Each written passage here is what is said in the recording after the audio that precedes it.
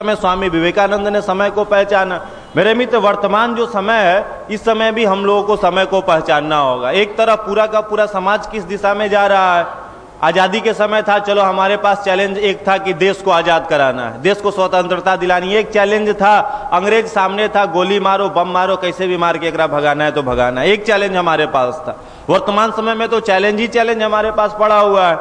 इस समय आपको किसी को हथियार से मारने की आवश्यकता नहीं है, इस समय आपको किसी को देश से भगाने की आवश्यकता नहीं है, लेकिन युग की सबसे बड़ी मांग है कि अपने विचार से लोगों के विचारों को काटने की आवश्यकता है, अपने थॉट से लोगों के थॉट को काटने की आवश्यकता है। विकृत दशा में जिस तरीके से आप सड़कों पर चलते हुए युवाओं को देखेंगे, आप जिस लॉज में रहते हैं वहां के लड़कों को देखेंगे, तो आपको कहीं ना कहीं लगेगा कि किस घटिया मानसिकता की आज के समय की युवा पीढ़ी जी रही है, किस निकृष्ट मानसिकता में आज के समय की युवा पीढ़ी जी रही है। मेरे मित्र, आपसी जो प्रेम का भावना था उसका स्थान हवस ने ले लिया, उसका स्थान कामुकता ने ले लिया। मेरे मित्र, ये प्रेम हमारे भारतवर्ष में नहीं होता था।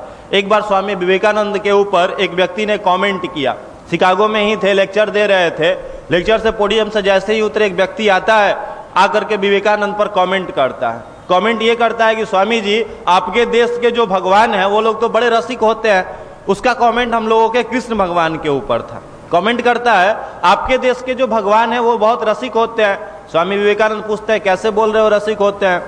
कहता है कि स्वामी जी, श्री कृष्ण भगवान बहुत सारे गोपियों के साथ नृत्य करते थे, घूमते रहते थे। कमेंट किया कृष्ण भगवान के ऊपर। विवेकानंद मुस्कुराए, कहे कि बेटा तू नासमझ है, तुझे पता नहीं है कि तुम किसके ऊपर कमेंट कर रहे हो। पूछा कि ठीक है, तो मेरे तर्क को काटिए। विवेकानंद ने कहा कि अभी तेरे तर्क को नहीं काटेंगे, कुछ देर इंतजार करो, लेक्चर दे करके समाप्त होगा, अगले कार्यक्रम में हम तुम्हारे बात का जवाब देंगे। वो व्यक्ति अगला, फिर उनका लेक्चर शुरू होने वाला था, सारे लोग बैठे हुए थे। स्वामी विवेकानंद मंच पर आए, मंच पर आने के बाद अपना व्याख्यान शुरू किया। 1 घंटा का लेक्चर था, 45 मिनट लेक्चर दिए। 45 मिनट पूरा का पूरा उनका उद्बोधन चलता रहा। अचानक से उन्होंने क्या किया, अपने उद्बोधन को बीच में ही रोक करके पोडियम से उतर गए, और पोडियम से उतरने के बाद असेंबली से बाहर निकल गए। जो ऑडिटोरियम हॉल था उससे वो बाहर निकल गए, और बाहर निकल करके वो पैदल चलने लगे। जब कुछ दूर स्वामी विवेकानंद आगे गए और पीछे पलट करके देखा, तो ऑडिटोरियम में जितने सारे लोग बैठे हुए थे, चाहे उसकी आबादी 10,000 हो, 5,000, जितने भी लोग ऑडिटोरियम में बैठे हुए थे, सारे के सारे लोग स्वामी विवेकानंद के पीछे पीछे चले आ रहे थे। सब पीछे पीछे चले आ रहे हैं। विवेकानंद काफी आगे गए, फिर उन्होंने पलट करके देखा, पूछा आप लोग मेरे पीछे क्यों आ रहे हो? सारे लोग हतप्रभ रह गए, कहा कि सही बात है, हम आपके पीछे क्यों आ रहे हैं? मेरे मित्र, विवेकानंद के वाणी में हिप्नोटाइज करने की क्षमता थी। केवल वाणी में आपको बता रहे हैं, हिप्नोटाइज करने की क्षमता थी। किसी के पास जाकर के अगर कुछ बोलते थे, मेरे मित्र, वो मंत्र मुग्ध होकर के सुनता था। फिर वो एग्जाम्पल देते हुए वापस आते हैं, वापस आकर के फिर पोडियम पर आते हैं, आकर के लोगों से कहते हैं कि हमारे देश के जो भगवान श्री कृष्ण थे, उनकी वाणी में, उनके बांसुरी में इतनी मधुरता थी कि जब उस बांसुरी से धुन निकलती थी तो जितने सारे पशु पक्षी थे, जितने सारे जानवर थे, जितनी सारी गोपियां थी, जितने सारे लोग थे, जितने सारे बच्चे थे, बूढ़े थे, सारे लोग मंत्रमुग्ध होकर के घिसते चले आते थे।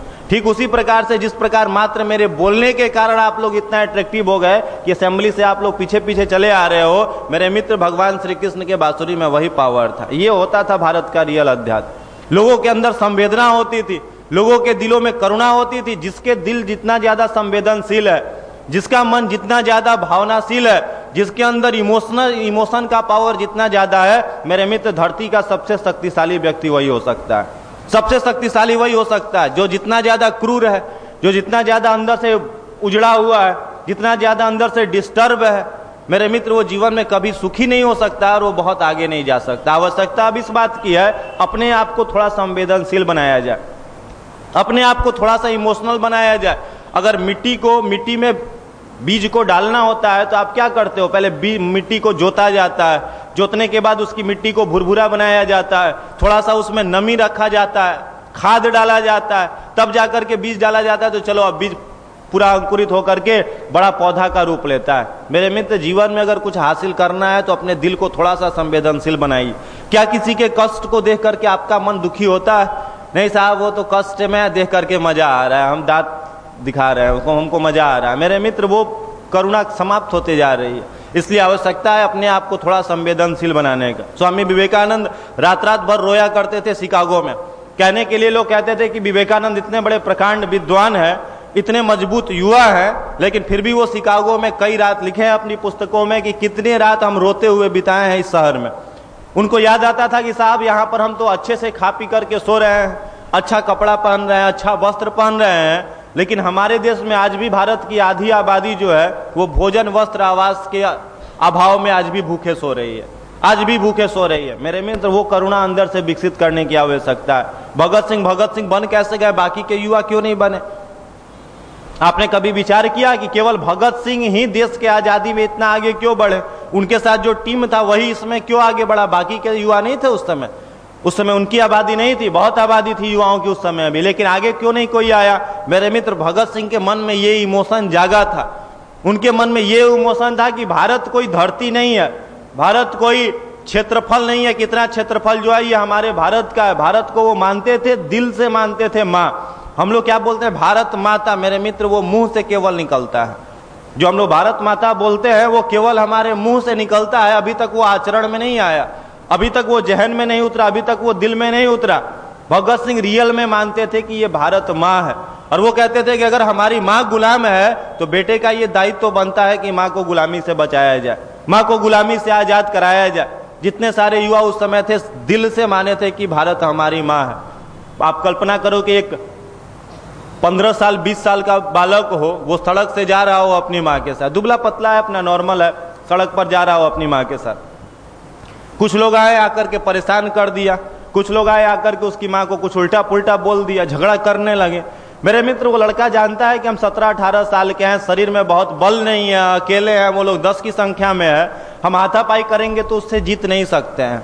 फिर भी क्या वो लड़का हाथापाई करने से पीछे रहेगा? क्या झगड़ा करेगा कि नहीं करेगा? भले ही पिट जाए, भले ही उसका बुरा हाल हो जाए, फिर भी वो अकेला ही उन 10 को मारने के लिए आगे बढ़ेगा। मेरे मित्र, रियल इमोशन इसी को कहते हैं, रियल भावना इसी को कहते हैं। और उस समय जो हमारे फ्रीडम फाइटर्स थे, उनके दिल में ये भावना थी कि भारत हमारी माता है, भारत हमारी माता, और हमारी माता को कोई गुलाम नहीं कर सकता है। फांसी का 2 दिन समय बचा था, 2 दिनों के बाद भगत सिंह को फांसी दी जानी थी, डेट डिक्लेयर हो चुका था, सारा कुछ पूर्व निर्धारित था। ठीक 2 दिन पहले भगत सिंह की माँ उनसे मिलने के लिए जेल में आती है।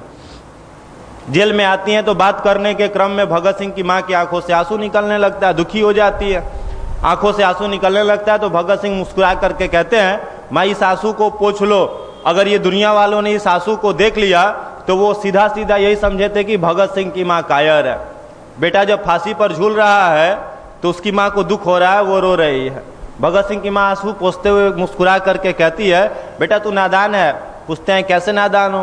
कहती है कि बेटा मैं इसलिए नहीं रो रही हूँ कि कल तुझे फांसी दे दी जाएगी, तू दुनिया में नहीं रहेगा।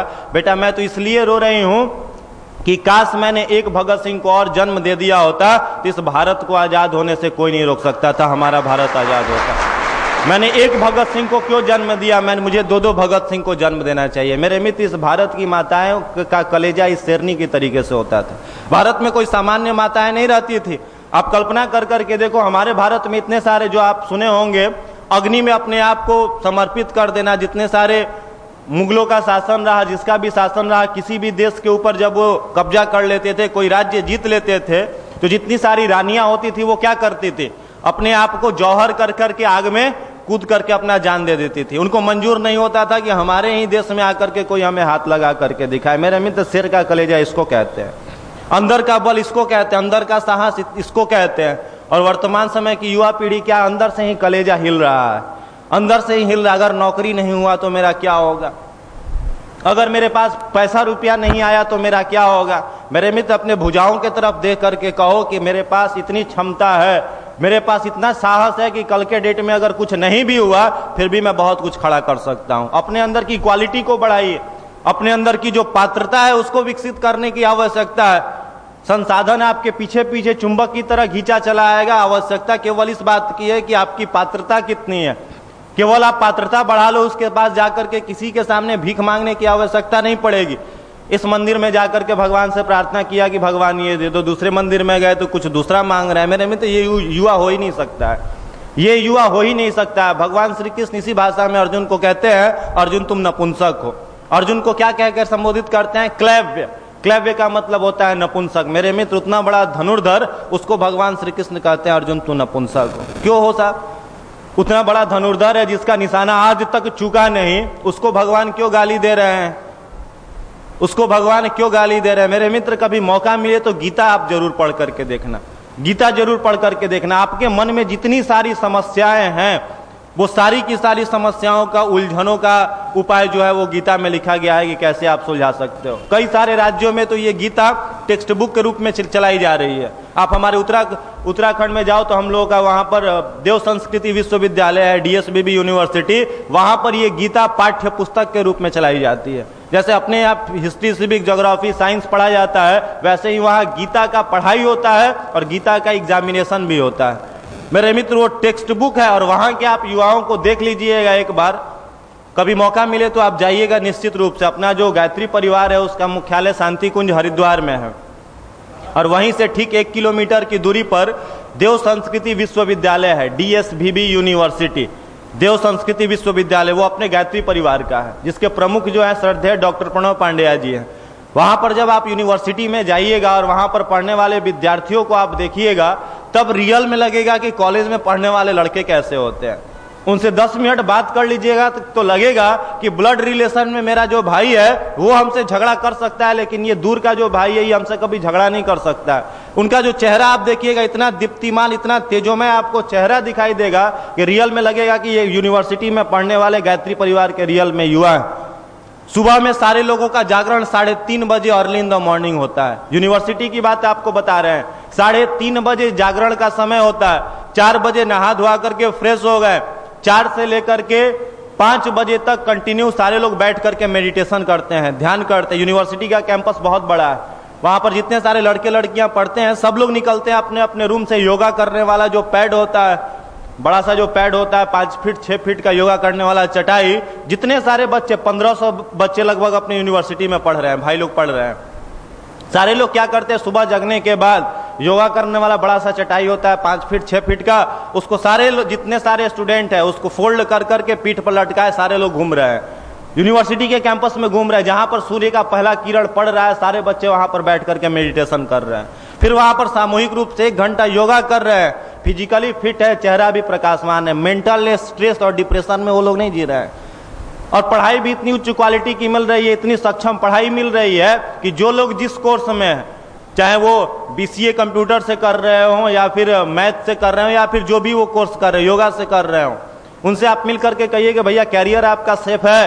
कहते हैं कि भैया मेरे पास क्वालिटी इतनी ज्यादा बढ़ गई है, मेरी क्वालिटी इतनी अच्छी हो गई है कि कल के डेट में अगर प्लेसमेंट नहीं भी हुआ तो हम बहुत कुछ कर लेंगे। इसको कहते हैं मेंटल फ्री होना, इसको कहते हैं रियल युवा होना। मेरे मित्र विवेकानंद ऐसे ही युवाओं की कल्पना करते थे अपने भारत में, ऐसे ही युवाओं की कल्पना करते थे। वो अपनी पुस्तकों में कई जगह लिखे भी हैं। उनका आप किताब पढ़िएगा, विवेकानंद जी का एक पुस्तक है 15-16 रुपया का, व्यक्तित्व का विकास, उनका लिखा हुआ है, स्वामी विवेकानंद का, निश्चित पढ़िएगा। पर्सनालिटी डेवलपमेंट, व्यक्तित्व का विकास। वैसे ही उनका एक दूसरा किताब है अग्नि मंत्र। ये 2 पुस्तक युवा को जरूर पढ़ना चाहिए, अग्नि मंत्र और व्यक्तित्व का विकास। उसमें पढ़िएगा तो स्वामी विवेकानंद लिखते हैं कि हे युवाओं, तुम शेर की संतान हो। युवा को किससे संबोधित करते हैं? शेर की संतान हो, अमृत के पुत्र हो। अमृत के पुत्र कहने का मतलब क्या? अमृत का पुत्र कहने का तात्पर्य कि अमृत का मतलब जो तुम भगवान के सीधा सीधा अंश हो और जितने सारे गुण, जितनी क्षमताएं भगवान में छिपी हुई हैं, जिस भगवान की आप पूजा करते हो, स्वामी विवेकानंद लिखते हैं कि वो तुम्हारे भी अंदर मौजूद है। मौका मिले तो कभी चिड़ियाघर आप लोग गए हैं? चिड़ियाघर, पटना जू गए हैं ना? अगर नहीं गए होंगे तो एक बार जाने का मौका मिले तो जाइएगा। किसी जानवर को वहां देखिएगा नहीं, या फिर देखिएगा भी, लेकिन शेर को जाकर के जरूर देखिएगा। ऐसे ओरिजिनल जंगल में तो जाकर के देखिएगा नहीं, प्रॉब्लम हो सकता है, पकड़ लिया तो दिक्कत होगा। ऐसे शेर है भी सब नहीं, मिलेगा भी नहीं। तो चिड़ियाघर में जाकर के आप उसको देख सकते हैं। बेचारा को खाना वाना अच्छा से नहीं मिलता है तो थोड़ा सा दुबला उबला हो गया है, लेकिन फिर भी देखिएगा कि 10 फीट 12 फीट का वो जो जानवर है शेर, 10 फीट से 12 फीट का होता है।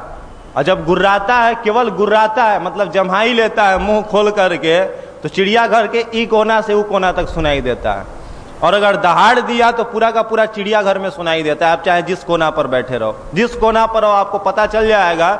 चाहे आप उधर जिराफ वाला कोना उसका लास्ट हो जाता है, उधर भी आप रहो और जहां पर शेर है आपको वो कोना तक सुनाई देगा। जब वो चलता है शेर तो उसको देख करके रियल में लगता है कि मेरे मित्र जिसने भी इसका नाम शेर रखा होगा बहुत सोच करके रखा होगा। जो भी आदमी उसका नाम रखा होगा कि भाई तुम्हारा नाम शेर रहेगा, वो बहुत सोच करके रखा होगा। 12 फीट का चलता है मदमस्त होकर के, जब थोड़ा सा मूव करता है तो लगता है लहरिया कट मार रहा है, वैसे टर्न होकर के घूमता है। मेरे मित्र उसको चिंता नहीं रहता। सोता कितना देर? 18 से 20 घंटा सोता है।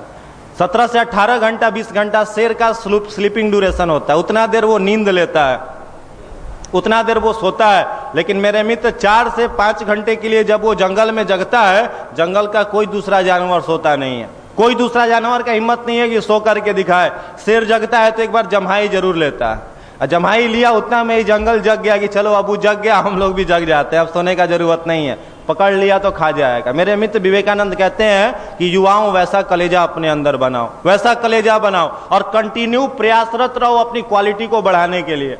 आप जिस सिलेबस का पढ़ाई करके अपने ही देश की आप स्थिति को देख लो, बहुत सारे आपको ग्रेजुएट युवा मिलेंगे, बहुत सारे लोग मिलेंगे जो ग्रेजुएशन कर लिए, जो पोस्ट ग्रेजुएशन भी कर लिए, पीजी भी कर लिए, लेकिन ग्रेजुएशन का सिलेबस क्या है आप उनसे पूछ दो मेरे मित्र, वो नहीं बता पाएंगे। आपको चैलेंज करते हैं, अगर 100% युवा किए तो उसमें 80% लोग सिलेबस नहीं बता पाएंगे।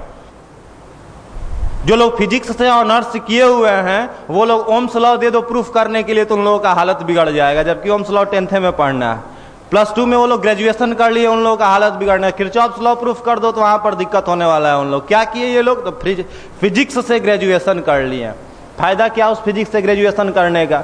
3 साल आपने क्या पढ़ाई किया फिजिक्स का? पार्ट 1 में क्या क्या सिलेबस है फिजिक्स का? पूछिए आप उनसे, देखिए। फिर जो लोग जूलॉजी से ऑनर्स किए उन लोगों से पूछ करके देखिए। मेरे मित्र, आप वर्तमान में जो भी पढ़ाई कर रहे हो उसको दिल से करो, दिमाग से नहीं। थोड़ा सा इमोशन जगाओ अपने अंदर और बैठ करके उसको इतना मजबूत बना लो, इतना मजबूत बना लो कि आप उस सब्जेक्ट के प्रोफेसर बन जाओ। आपसे कोई आकर के उस सब्जेक्ट के बारे में डिस्कस करे, बात करे, तो उसको लगे कि रियल में आप उस सब्जेक्ट को जानते हो। आप उसको किस